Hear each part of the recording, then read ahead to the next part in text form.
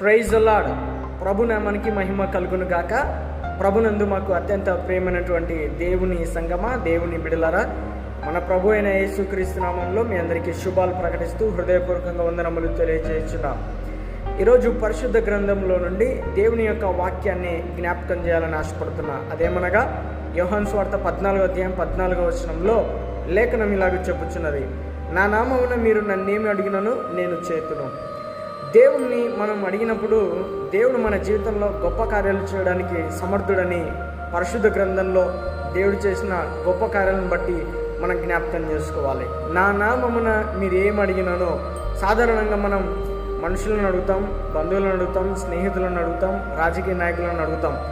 మనకు అవసరమైనవి ఏవైతే ఉన్నాయో, మనకు ఎవరైతే చేయగలుగుతారని నమ్ముతామో వారి యొద్దకు వెళ్ళి మనం అడగడం అనేటువంటిది జరుగుతుంది.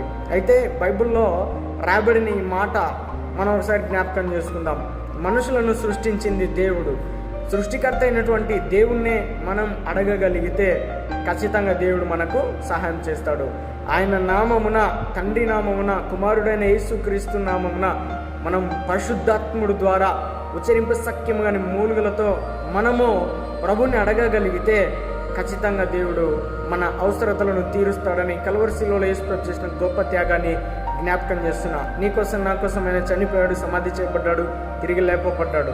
నీకు కావలసినది ఏదైనా కానీ నీవు ప్రభు నామమున అడగగలిగితే, యేసుక్రీస్తు నామమున నువ్వు అడగగలిగితే దేవుని యొక్క దీవెనల ఆశీర్వాదాలు పొందుకుంటావు. Praise the lord.